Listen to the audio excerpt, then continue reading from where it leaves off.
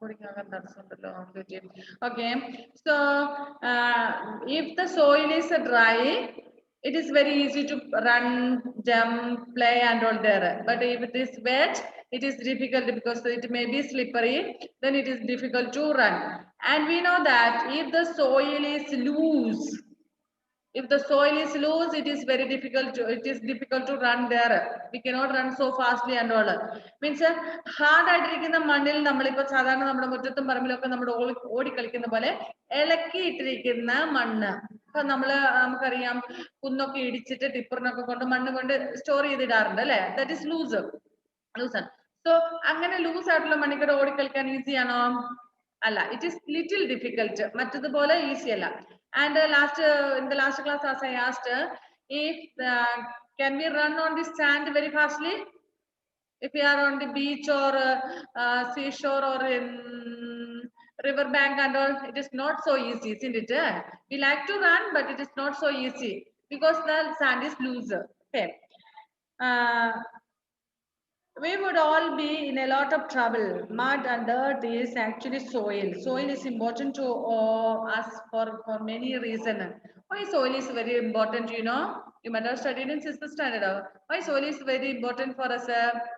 Because soil is the basic of all living things. Soil is the basic of all living things. എന്ന് പറഞ്ഞാൽ നമ്മുടെ എല്ലാ living തിങ്സിന്റെ ഏറ്റവും basic ആയിട്ടുള്ള കാര്യം എന്താണ്? സോയിൽ ആണ്. The plants will grow only in the soil, isn't it? Plants will grow in the soil. And നമുക്കറിയാം മേൽഭാഗത്താണ്, മണ്ണിന്റെ മേൽഭാഗത്താണ് പ്ലാന്റ്സ്, എല്ലാ പ്ലാന്റ്സും വളരുന്നത്. പിന്നെ നമ്മൾ അക്വാറ്റിക് പ്ലാന്റ്സ് എന്ന് പറയുന്നത് ലൈക്ക് ലോട്ടസ് ആൻഡ് ഉള്ള അത് കുറച്ചിങ്ങനെ വെള്ളത്തിൽ വളരുന്നതുള്ളൂ അല്ലെ? എനിവേ, സോയിൽ ഉണ്ടെങ്കിൽ മാത്രമേ വെള്ളവും ഉള്ളൂ. ഇനി സോയിൽ ഉണ്ടെങ്കിൽ മാത്രമേ പ്ലാന്റ്സ് ഉണ്ടാവുകയുള്ളൂ. If the plant has to grow, there should be soil. And if there is plant only, other all living things can live. Like human beings, animals, birds and all. Means if there is no plant, no other living things will be there. If there is no soil, no plant.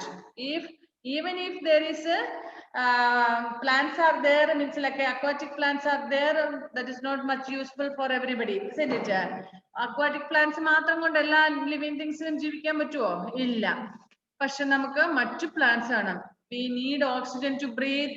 We need food from plants and all, isn't it? So if you think that all herbivorous animals will eat on plants, isn't it? And carnivorous, we think that they are not eating plants. Okay, they can live. Can they live without plants? Can carnivores live without plants? Why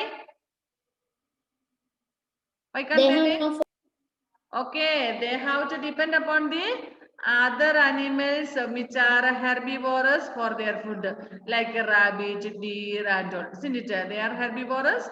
If there is no plants, there will be no herbivorous, and if there are no herbivores, there will be no carnivores and or omnivores also.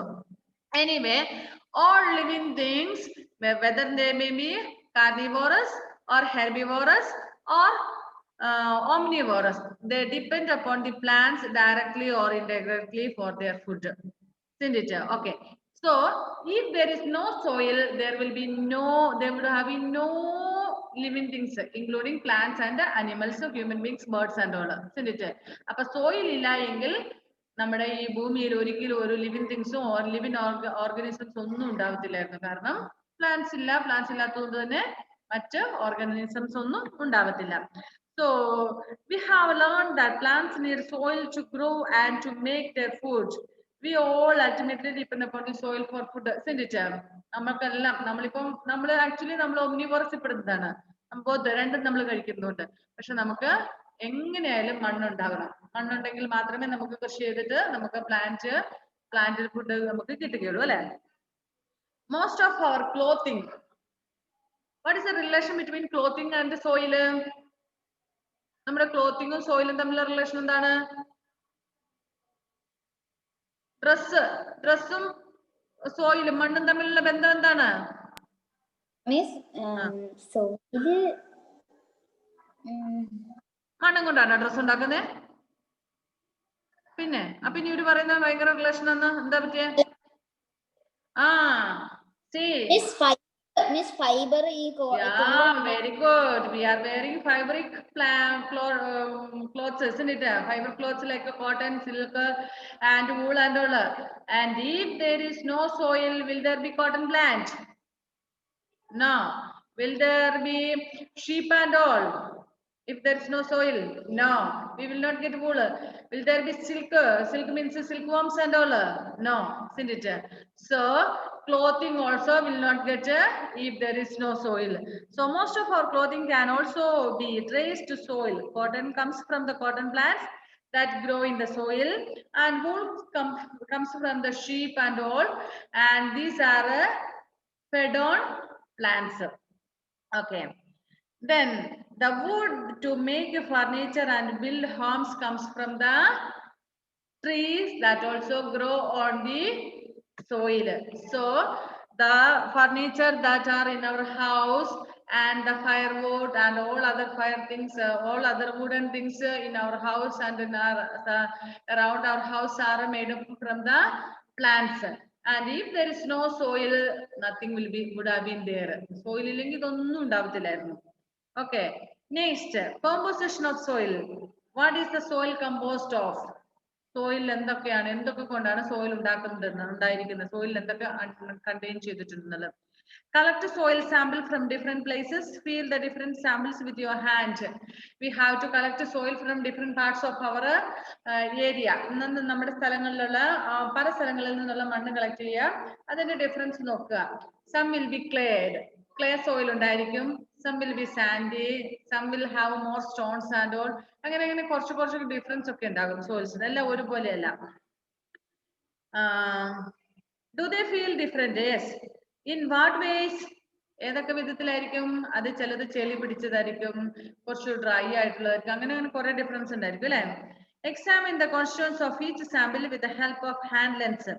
What kind of particles can you see? Can you see living things in that? Can you see living things? ഇല്ലേ, മണ്ണിൽ living things കാണാൻ പറ്റില്ല. നമ്മൾ മണ്ണെന്ന് കളച്ചാൽ അതിനകത്ത് living things ഒന്നും കാണാൻ പറ്റില്ലേ? കാണാൻ പറ്റും. എർത്ത് പോലെയുള്ളത് നമുക്ക് ക്ലിയർ ആയിട്ട് കാണാൻ പറ്റും. And if you are using a hand lens or microscope, you can examine that, or you can find out that there will be more small microorganisms in that soil. നമ്മൾ കുറച്ച് മണ്ണ് കളച്ചിട്ട് ഒരു മൈക്രോസ്കോപ്പോ അല്ലെങ്കിൽ hand ലെൻസോ ഉപയോഗിച്ച് നോക്കിക്കഴിഞ്ഞാൽ അതിനകത്ത് കുറേ ജീവികൾ ഇങ്ങനെ കിടന്നുണ്ട് ബ്ല പിടയ്ക്കുന്ന കാണാം. എന്ന് വെച്ചാൽ നമ്മുടെ ചിലപ്പോൾ നമ്മൾ with naked eyes could not be seen. നമുക്ക് നേക്കഡ് ഐസ് കൊണ്ട് കാണാൻ പറ്റുന്ന വരില്ല. അത്രയും small micro organisms and all there, like bacteria and all ഒരുപാടുണ്ട്. നമ്മളൊരു മണ്ണൊക്കെ എടുത്തിട്ട് കളിച്ചിട്ട് നമ്മൾ വിചാരിക്കും ഒന്നുമില്ല, നമ്മളൊന്നും കണ്ടിട്ടില്ലോ. അപ്പൊ if you don't wash the hand properly, what will happen? അത് ആ ചെറിയ micro organisms which were not visible for us would have been in our nails and all. നെയിൽസിന്റെ ഉള്ളിലോട്ടൊക്കെ കടന്നു പോകാൻ സാധ്യതയുണ്ട്. അതുകൊണ്ടാണ് മണ്ണിലൊക്കെ കളിച്ചതിന് ശേഷം നമ്മൾ പറയുന്നത് കൈ വൃത്തി കഴുകണം, സോപ്പിട്ട് കഴുകണം, we should use the hand wash എന്നൊക്കെ പറഞ്ഞുകൊണ്ട് നമ്മൾ കൈയൊക്കെ വൃത്തി കഴുകണം. ഈ കുഞ്ഞു മക്കൾക്ക്, അതായത് സ്മോൾ ചിൽഡ്രൻ ഇല്ല നമ്മുടെ, നിങ്ങൾക്ക് ഇപ്പം വലുതായതുകൊണ്ട് നിങ്ങൾക്ക് you are hygienic, if that and all comes, if has been on your hand and you will wash properly. But small children, they may not be knowing. Always they will be playing in the soil. Soil means the mud or on the ground or floor and all. കുഞ്ഞു മക്കൾക്ക് അത്ര clear ആയിട്ടില്ല. അവർ കൂടുതലും മണ്ണിലും പിന്നെ നിലത്തൊക്കെ ഇരുന്നോണ്ടൊക്കെ ആയിരിക്കും കുഞ്ഞു മക്കൾ കളിക്കുന്നത്. അപ്പൊ ഓട്ടോമാറ്റിക്കലി എന്ത് സംഭവിക്കും? ഈ നിലത്തൊക്കെ ഉള്ളത് എങ്ങനെയുള്ള, നിങ്ങളിപ്പോ ടിവിയിലൊക്കെ അഡ്വർടൈസ്മെന്റ് കണ്ടിട്ടില്ലേ? കുഞ്ഞു മക്കളൊക്കെ കളിക്കുന്നോട്ട് ഇങ്ങനെ ലെൻസ് വെച്ച് വലിയ പ്രാണികളൊക്കെ ഇങ്ങനെ പോകുന്ന പോലെ കാണിക്കുന്നില്ലേ? പക്ഷെ actually they are not visible for us. പക്ഷെ ഈ ലെൻസ് ഒക്കെ ഉപയോഗിച്ച് നോക്കുമ്പോഴാണ് കാണുന്നത് അല്ലെ? അപ്പൊ ചെറിയ മക്കളുടെ കൈകൾ എപ്പോഴും പേരൻസ് കഴുകിച്ചോണ്ടിരിക്കും, എൽഡേഴ്സ് കഴുകിച്ചോണ്ടിരിക്കും. കാരണം അവർക്ക് അറിയത്തില്ല, പിന്നെ അവരെപ്പോഴും വായിൽ കൈയൊക്കെ ഇടും. All those things may go inside. ഇങ്ങനെയുള്ള ലിവിങ് ഓർഗാനിസംസ് ഒക്കെ അവരുടെ വയറ്റിൽ പോകും. കുഞ്ഞുമക്കൾ ഇടയ്ക്കിടയ്ക്ക് വയറുവേദന, അങ്ങനെ അസുഖം കൂടുതലാണ്. നമ്മൾ വളരുന്ന ഇപ്പൊ നിങ്ങൾക്ക് ഉണ്ടായിരുന്ന പോലെയല്ല, ചെറുപ്പത്തിൽ ഒരുപാട് അസുഖം ഉണ്ടായിരുന്നു. രാത്രി കിടന്ന് ഉറങ്ങുമ്പോൾ ഇടയ്ക്ക് എറ്റ് കാരാൻ തുടങ്ങും, പിന്നെ നിന്നിപ്പിലൊക്കെ അസുഖങ്ങൾ വരും അല്ലെ? അപ്പൊ ഇങ്ങനെയുള്ള ഓർഗാനിസംസ് ഒക്കെ നമ്മുടെ വയറ്റിലൊക്കെ പോകുന്നതുകൊണ്ടാണ്. പക്ഷെ ഇപ്പം യു ആർ ഹൈജീനിക്, ഇപ്പം നിങ്ങൾക്ക് അറിയാം വൃത്തിക്ക് നടക്കണം എന്നൊക്കെ. അല്ലെങ്കിൽ തല്ലു കിട്ടും എന്ന് അറിയാം അല്ലെ. അപ്പൊ കയ്യിൽ നിന്ന് വായി വെക്കുന്ന സ്വഭാവമൊന്നുമില്ല. Will you cut your nails in time? Faith, show me your nails. Let me see. ഇങ്ങോട്ട് തിരിക്കുക. അങ്ങോട്ട് തിരിച്ചാൽ കാണത്തില്ല. ഇങ്ങോട്ട് തിരിക്കുക. ഇങ്ങനെ. Show me your nails. Video of ആക്കണ്ട. ഒന്നല്ല. Show properly. Let me see. Find out.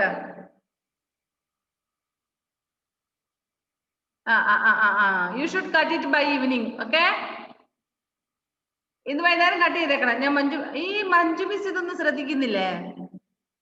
Okay. എന്നിട്ടാണോ ഇങ്ങനെ നഖം? Okay. What about U shot? ഞാൻ പറയും. ഞാനാണ് എന്ത് ചെയ്യുന്നതെന്ന് അറിയുമോ? ഇവിടെയാണ് അടിക്കുന്നത് ഈ നെയിൽസ് ഉള്ളതിന്. അപ്പൊ പിന്നെ ഒരു തവണ അടി കിട്ടിയ പിന്നെ ജീവിതത്തിൽ മറക്കൂല. അതുകൊണ്ട് they will cut weekly. Shawn, show me. അത് ക്ലിയർ ആയിട്ട് കാണുന്നില്ല. വലിയ കുഴപ്പമില്ലാന്ന് തോന്നുന്നു. കുഴപ്പമില്ല. Okay. What about you Diya? Show yes.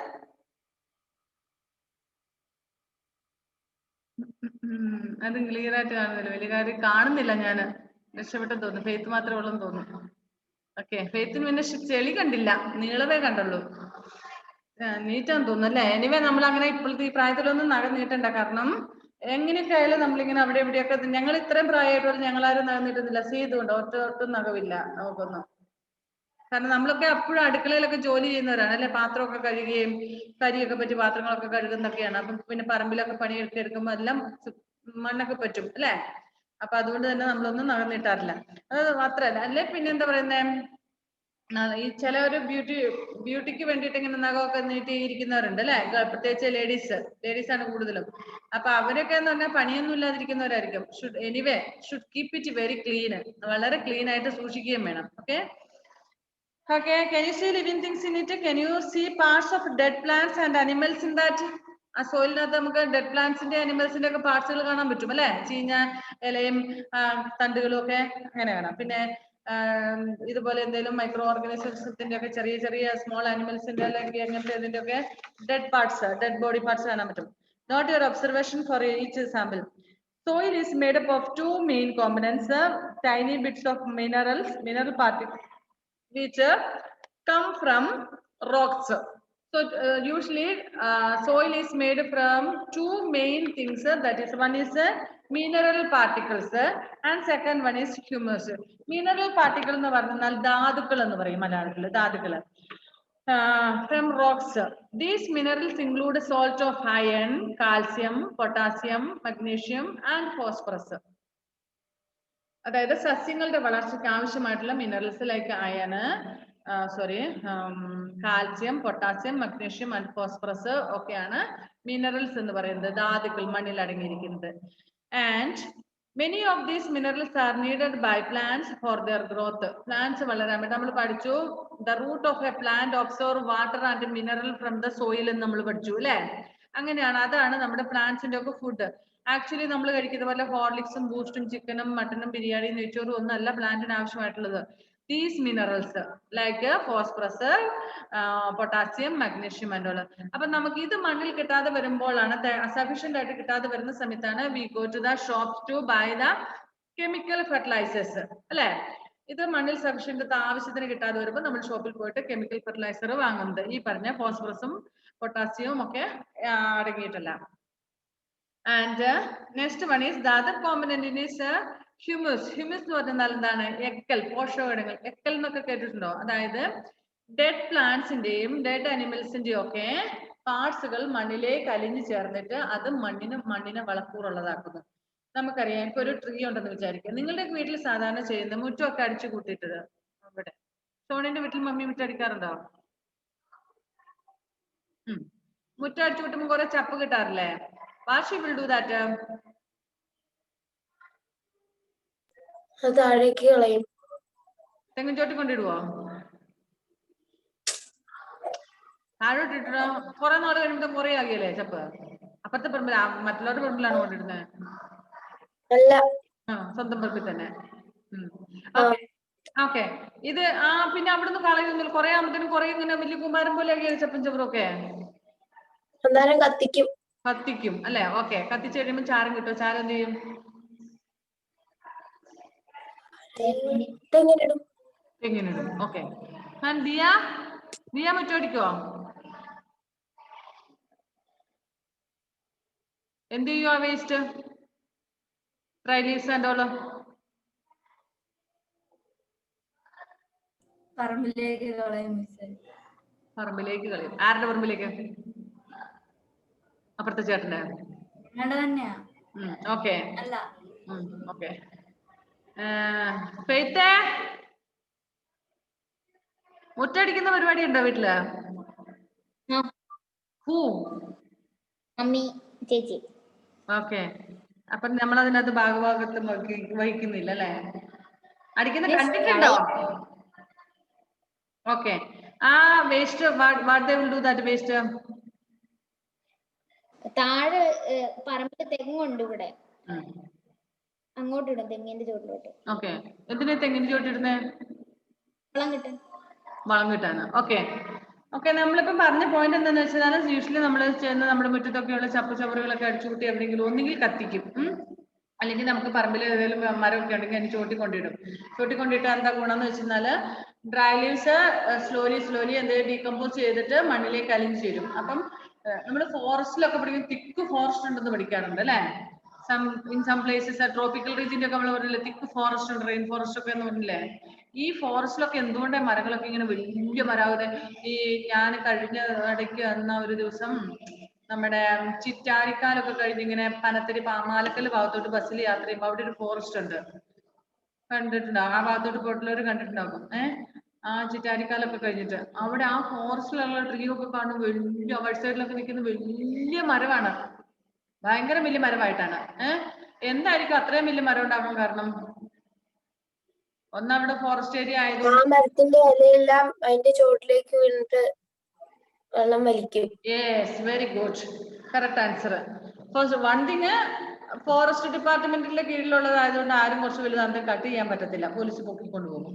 നമ്മുടെ പറമ്പിലാണെങ്കിൽ ഒരിക്കലും നമ്മൾ കുറച്ച് വലുതാമത്തിന് അത് മുറിച്ച് വിറ്റിട്ട് കാശ് മേടിക്കും. പക്ഷെ ഫോറസ്റ്റ് ഡിപ്പാർട്ട്മെന്റിന്റെ കീഴിലുള്ളത് അങ്ങനെ ചെയ്താൽ ഫോറസ്റ്റുകാരെല്ലാം കൂടെ പൊക്കിക്കൊണ്ട് പോകും. പിന്നെ കേസായി വെക്കാറായി ഭയങ്കര പ്രശ്നമാകും, ജാമ്യമൊന്നും കിട്ടൂല.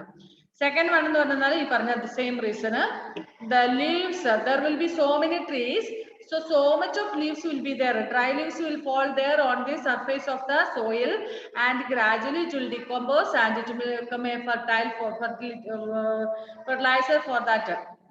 So the roots of that plant will absorb this fertilizer from the soil, and thus it helps to grow well. Okay. The other component is humus, which is a dark brown in color and consists of decaying remains of plants and animals.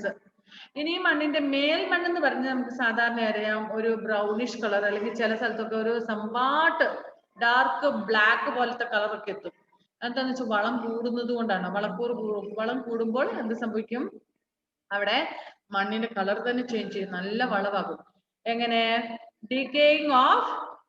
decaying remains of plants and animals. A variety of dead and decaying organisms can contribute to the formation of humus. ഇനി ഈ സോയിലുള്ള ഈ പറഞ്ഞ small organisms ഉണ്ട്, നമ്മൾ പഠിച്ചത്, നമ്മൾ കാണുന്നതും കാണാത്തതുമായിട്ടുള്ള small organisms ഉണ്ട്. ഈ ഓർഗാനിസംസിന്റെ ഒക്കെ എന്താണ്? അതും ചത്തു കഴിയുമ്പോൾ മണ്ണിലേക്ക് എത്തും. ഓൾമോസ്റ്റ് എല്ലാ അനിമൽസിനും തന്നെ നമുക്കറിയാം. നമ്മൾ ഈ ഹ്യൂമൻ ബീങ്സിന് മാത്രമാണ്, ഹ്യൂമൻ ബീങ്സിൽ ഒരു കുറെ ആൾക്കാരെ, അതായത് ഹിന്ദുസ് കുറച്ചു പേരെ കൊണ്ടുപോയിട്ട് മണ്ണിൽ കുഴിച്ചിടാറുണ്ട്, മുസ്ലിംസ് മണ്ണിലാണ് കുഴിച്ചിടാറുള്ളത്, ക്രിസ്ത്യൻസ് കുറെ പേര് മണ്ണിൽ കുഴിച്ചിടാറുണ്ട്. ഇപ്പം നമ്മുടെ ചർച്ചുകളിലൊക്കെയാണ് സെൽസ് ഒക്കെ ആയിരിക്കും അല്ലെ? അപ്പം അതിനകത്ത് ബാക്കി പഴയ കാലത്തൊക്കെ Devar ബറിയിങ് dead bodies in the soil, മണ്ണിൽ തന്നെ കുഴിച്ചിടുമായിരുന്നു.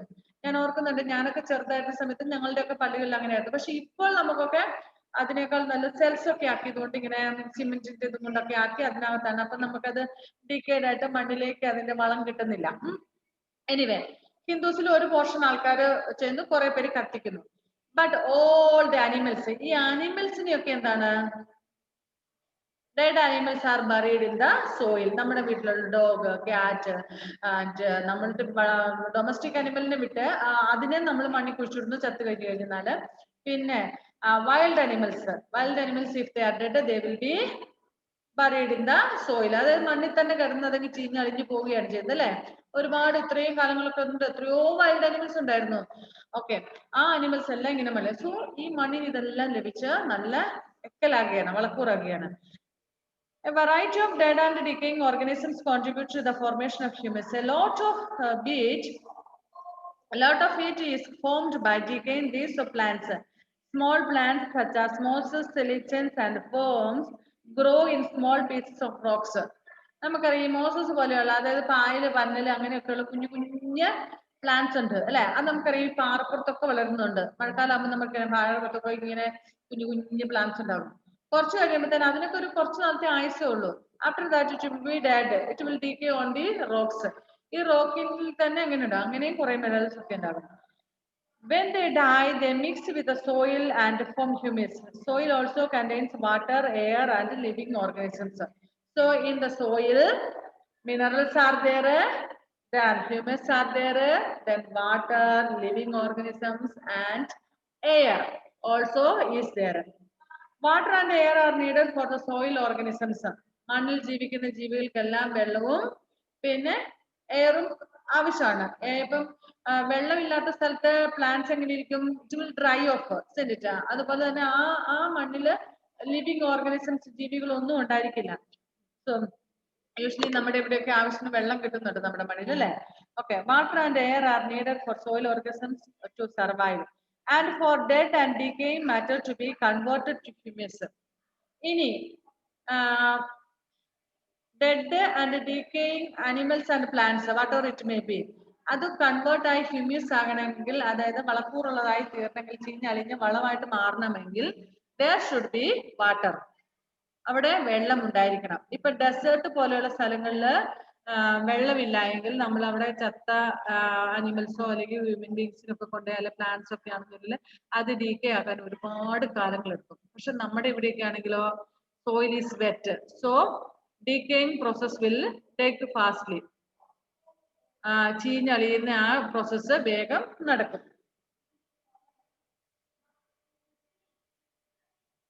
It also provides food to earthworms and other animals living in the soil. So മണ്ണിൽ ജീവിക്കുന്ന ഒരുപാട് മറ്റ് ലിവിങ് ഓർഗാനിസംസ് ഉണ്ട്. ആ ലിവിങ് ഓർഗാനിസത്തിനെല്ലാം ഫുഡ് ആര് കൊടുക്കും? സോയിലിൽ നിന്നാണ് കിട്ടുന്നത്. ഒരു മിനിറ്റ് മക്കളെ. Okay,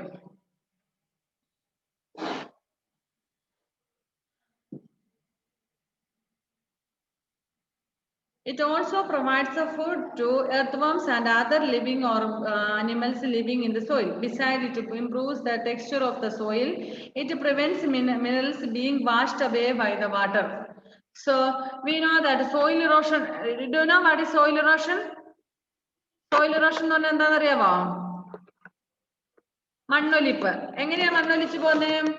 Due to running water, I mean the rain or like that way, anyway running water, wind, അങ്ങനെ കുറെ ഫാക്ടേഴ്സ് ഉണ്ട് സോയിൽ ഇറോഷൻ. ഓക്കെ, അപ്പോൾ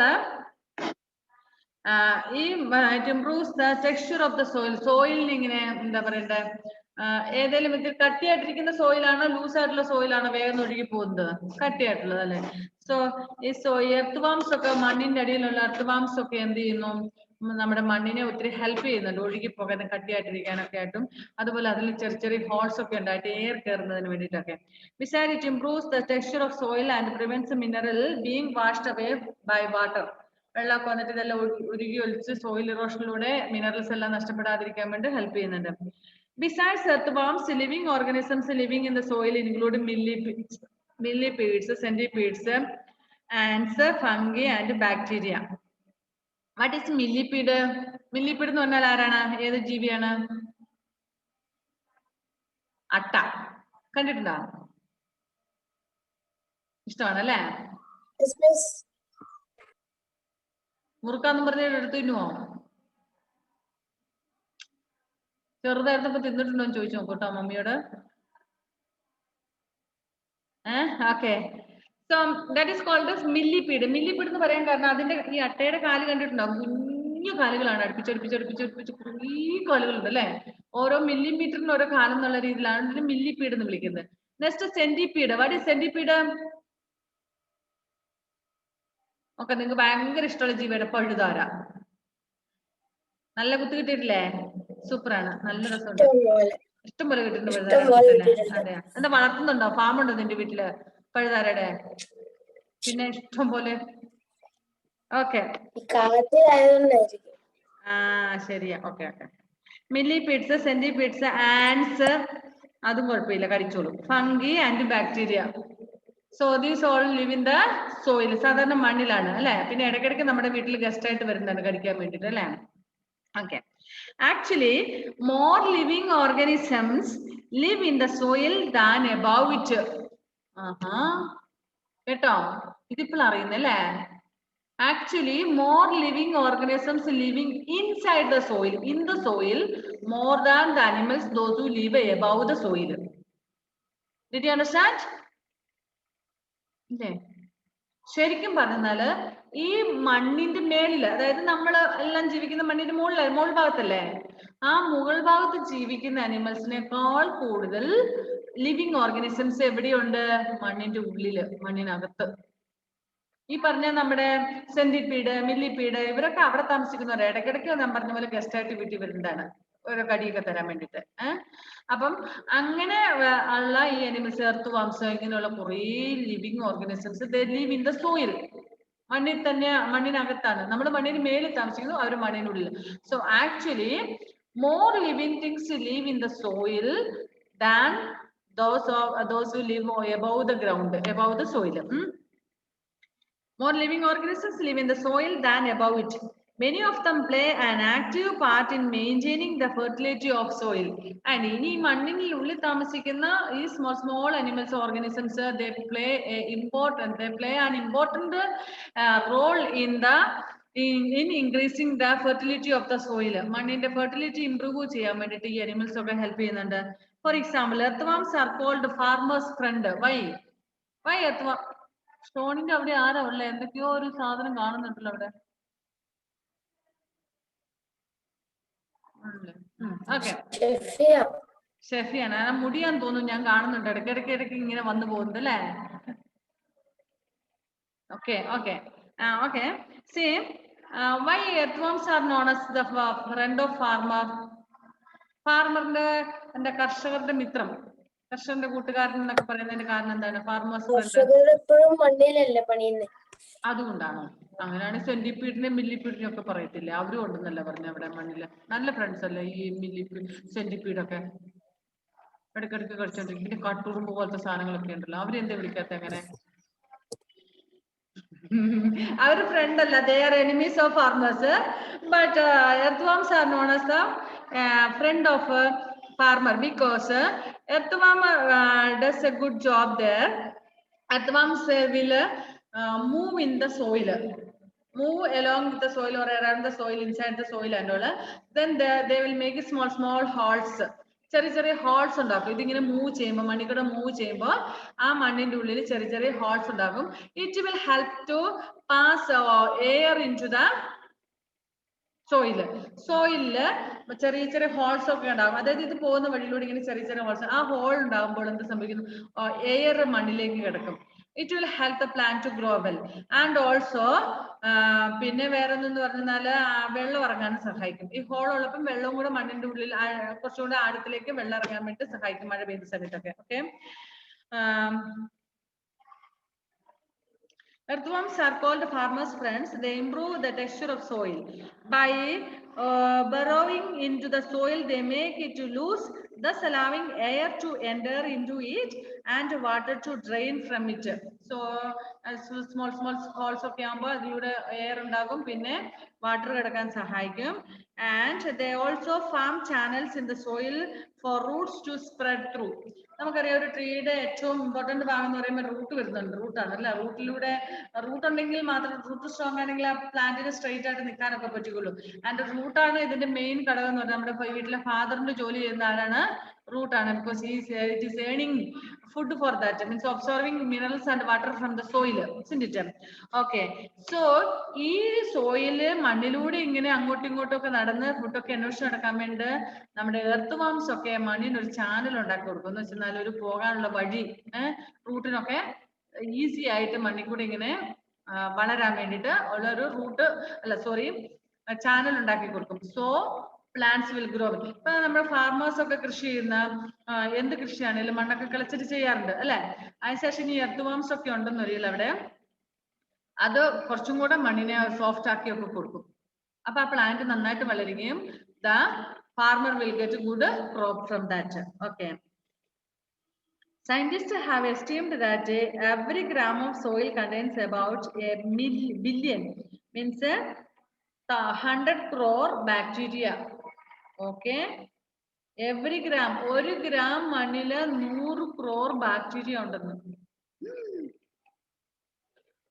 So much is there, isn't it? Okay. Bacteria and fungi in the soil feed on dead remains of plants and animals and help to form humus. So, these bacteria and fungus also feed on the dead animals. അവിടെ മണ്ണിലൊക്കെ ചേർന്നിരിക്കുന്ന dead അനിമൽസിന്റെയും പ്ലാന്റ്സിന്റെയും ഒക്കെ remainings തിന്നാണ് ഈ bacterias ഒക്കെ ജീവിക്കുന്നത്. So it will help to form humus, എക്കൽ, അതായത് വളക്കൂറ് ഉണ്ടാക്കാൻ വേണ്ടിയിട്ട് ഹെൽപ്പ് ചെയ്യും. Some bacteria convert nitrogen of the air into nitrogen compounds, which can be used by plants. Okay. So some bacteria which live in the soil will help to convert the nitrogen from the air to form the nitrogen compounds, which are very helpful for the plants. Plants help in the nitrogen compounds ഉണ്ടാക്കാൻ വേണ്ടിയിട്ട് അന്തരീക്ഷത്തിൽ നൈട്രജനെ ചില bacterias help ചെയ്യും, which can be used by plants. This is known as fixing of nitrogen. So what is fixing of nitrogen? Fixing of nitrogen means the conversion of nitrogen into nitrogen compounds by the bacteria from the soil, and these are very helpful for the plants. Understand? What is fixing of nitrogen? Fixing of nitrogen എന്ന് പറഞ്ഞാൽ അന്തരീക്ഷത്തിലുള്ള നൈട്രജനെ ചില bacterias nitrogen compound ആക്കി മാറ്റും. അത് പ്ലാന്റ്സിന് സഹായകരമാകുന്നതാണ്. ഇതിനാണ് fixing of nitrogen എന്ന് പറയുന്നത്. Some organisms such as millipedes and centipedes living in the soil are harmful. നമുക്ക് മാത്രമല്ല harmful, അവർ എവിടെ ചെന്നാലും കച്ചറയാണ്. After they destroy roots of plants. ഈ ചില മില്ലിപീഡ്സും സെന്റിപീഡ്സും ഒക്കെ നമുക്ക് മാത്രമല്ല, യൂഷ്വലി നമുക്കറിയാം മില്ലിപീഡ്സ് നമുക്ക് അത്ര വലിയ കച്ചറയൊന്നുമില്ല അല്ലെ, നമ്മളെ കടിക്കാറൊന്നുമില്ലല്ലോ. അട്ട ഉണ്ടോ? ഇല്ല. പക്ഷെ സെന്റിപീഡ് അതിന്റെ കൂടെ പകരം പണി തീർത്തോളും അല്ലെ. പിന്നെ നമ്മുടെ സ്കോർപിയനൊക്കെ, സ്കോർപിയൻ എന്ന് പറഞ്ഞാൽ എന്താണ്? തേള് അല്ലെ. നല്ല പണി തരും അല്ലെ. ഓക്കെ. സോ പക്ഷെ ഇവരുടെ മണ്ണിൽ ഇവര് ഹാംഫുൾ ആണ്. മണ്ണില് ഹാംഫുൾ എന്ന് വെച്ചാല് സെന്റിപീഡ് ആണെങ്കിലും മില്ലിപീഡ് ആണെങ്കിലും they will destroy the Roots of the plant. പ്ലാന്റിന്റെ റൂട്ട്സിനൊക്കെ കടിച്ചു മുറിച്ചൊക്കെ വെക്കും. അപ്പൊ പിന്നെ പ്ലാന്റ് പിറ്റേ ദിവസം ചിലപ്പോഴത്തേനും മറിഞ്ഞു കിടക്കും. നമ്മളെ കടിക്കാൻ കിട്ടാത്തതിന്റെ ദേഷ്യം പ്ലാന്റിനോട് ചെയ്തോളൂ. മനസ്സിലായോ? Okay. Formation of soil. Soil was not present on earth at the time of its formation. When the earth was formed, there was no soil. Long ago, the ground was mostly solid rock. Only rock was there. At the time of formation of earth, there was no soil at all. And at that time, there was only solid rock. Over millions of years, this rock got partially changed into soil by a process known as weathering. Not within 1 or 2 years, over millions of years, many years after, these rocks slowly changed into a partial means pagadi korchu bhagam changed into soil by a process called weathering. Weathering എന്ന് പറയുന്ന കാലാവസ്ഥയിൽ വന്ന വ്യതിയാനത്തിലൂടെയൊക്കെ ആയിട്ട് എന്ത് സംഭവിച്ചു? Means നമുക്കറിയാം, ചൂടുള്ള ഒരു സാധനത്തിലേക്ക് പെട്ടെന്ന് വെള്ളം വീഴുമ്പോൾ അതിന് ചെറിയൊരു ഷേക്കിംഗ് ഉണ്ടാകും. വെച്ചാൽ അത് പിന്നെ പൊട്ടാനുള്ള സാധ്യത പോസിബിലിറ്റി ഉണ്ട് അല്ലെ. ഓക്കെ. അങ്ങനെയുള്ളതുകൊണ്ട് ഈ പാറകൾ നല്ല ചൂടായിരുന്നു കഴിയുമ്പോൾ പിന്നെ മഴ പെയ്ത് കഴിയുമ്പോൾ അങ്ങനെ ഗ്രാജുവൽ 1 or 2 തവണ ചെയ്തല്ല, വർഷങ്ങൾ ഇങ്ങനെ മില്യൺസ് ഓഫ് ഇയേഴ്സ് എടുക്കുന്നുണ്ട് അല്ലെ. അങ്ങനെ കഴിയുമ്പോൾ എന്താ സംഭവിക്കുന്നത്? കുറെ കഴിയുമ്പോഴത്തേനും ഈ പാറകളൊക്കെ പതിയെ പൊടിയാൻ തുടങ്ങും. അങ്ങനെ പൊടിഞ്ഞ് മണ്ണായത്. Weathering is the breaking down of huge pieces of rocks into smaller pieces by the action of natural forces like water, glaciers, wind, roots, and plants. So, in natural sources like glacier, then wind, rain, അങ്ങനെയൊക്കെയുള്ള natural ആയിട്ടുള്ള പ്രകൃതിയിലുള്ള മാറ്റങ്ങൾ കാരണം അല്ലെങ്കിൽ source കാരണം പാറകളൊക്കെ പതിയെ പൊടിയുന്ന പ്രൊസീജിയറിനാണ് നമ്മൾ weathering എന്ന് പറയുന്നത്. Some of the agents of weathering act as mentioned below. The role of water in weathering of rocks is particularly important. Rainwater enters the crevices of rocks. ഒരു പാറ പൊട്ടിയിട്ടുണ്ടെന്ന് വിചാരിക്കുക. ആ പാറയുടെ എവിടെയെങ്കിലും ചെറിയ വിള്ളൽ വീണാൽ മഴ പെയ്ത് കഴിയുമ്പോൾ അല്ലെങ്കിൽ റിവേഴ്സിലെ എവിടുന്നെങ്കിലും വെള്ളം അതിനകത്ത് വന്നാൽ ആ വെള്ളം അതിനകത്ത് ഇറങ്ങിയിരിക്കും അല്ലെ. എന്നിട്ടോ in winter as this water freeze it expands. കുറച്ച് കഴിയുമ്പോൾ വിന്റർ സീസൺ ഒക്കെ ആകുമ്പോൾ ഇതിന്റെ ഉള്ളിൽ തങ്ങിക്കുന്ന വെള്ളം എന്താവുന്നു, it will freeze. Winter season ഒക്കെ ആകുമ്പോഴത്തേനും നല്ല ഫ്രീസ് ചെയ്തിട്ട് ഇറ്റ് വിൽ എക്സ്പാൻഡ്, അത് അവിടുന്ന് എക്സ്പാൻഡ് ചെയ്യും. ദെൻ ഓട്ടോമാറ്റിക്കലി എന്ത് സംഭവിക്കും, this expansion breaks the rocks into smaller pieces. അങ്ങനെ എക്സ്പാൻഡ് ചെയ്ത് കുറച്ച് കഴിയുമ്പോൾ അതെന്ത് ചെയ്യും, സ്ലോലി പാറ അങ്ങ് പൊട്ടും.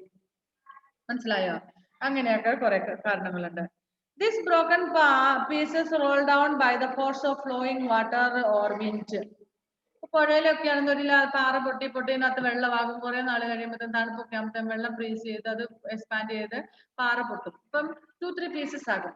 പിന്നെ next time when it rains or when there is flood and all, when there is flow of water, what happens, these pieces will roll and flow away. അതായത് ഒഴുകിപ്പോകും, ഇങ്ങനെ ഉരുണ്ടൊഴുകിപ്പോകും. കാറ്റും വലിയ മഴയൊക്കെ വരുമ്പോൾ, മഴക്കാലത്ത് ഫ്ലഡ് ഒക്കെ വരുന്ന സമയത്ത്. കാരണം ആദ്യം വലിയൊരു റോക്കായിരുന്നു, അതിപ്പോ പീസായി. ആ പീസുകൾ ഇങ്ങനെ ഈസി ആയിട്ട് പോകും അല്ലെ. ദെൻ വാട്ട് ഹാപ്പൻസ്, അത് അവിടെ ഇവിടെയും തട്ടി കുറച്ച് പൊട്ടും. As they collide against the ground and against each other, they break down further. So when it collide with each other, നമുക്ക് ടൈം കട്ടാകും. ഇപ്പൊ നമ്മുടെ ക്ലാസ് കട്ടാകുകയെ. ഓക്കെ, അത് അങ്ങോട്ടും ഇങ്ങോട്ടും തട്ടി പരസ്പരം മുട്ടുകയും തട്ടുകയും ഒക്കെ ചെയ്യുമ്പോൾ, ഇതിന് ഒഴുകുകയൊക്കെ ചെയ്യുമ്പോൾ അതെന്ത് ചെയ്യുന്നു, ഗ്രാജുവലി പൊടിയാൻ തുടങ്ങും. Finally, they get converted into very fine particles and mix with humus to form soil. പതിയെ എന്ത് സംഭവിക്കും, അത് സോയിൽ ആയിട്ട് മാറും. പക്ഷെ don't think that within 1 or 2 years or 10 or 20-25 years ഇങ്ങനെ ആകുമെന്ന്. It will take millions of years. മനസ്സിലായോ? 1-2 അല്ലെങ്കിൽ 10-20 വർഷം കൊണ്ട് നടക്കുന്ന പ്രൊസീജിയർ അല്ല. It needs thousands of years.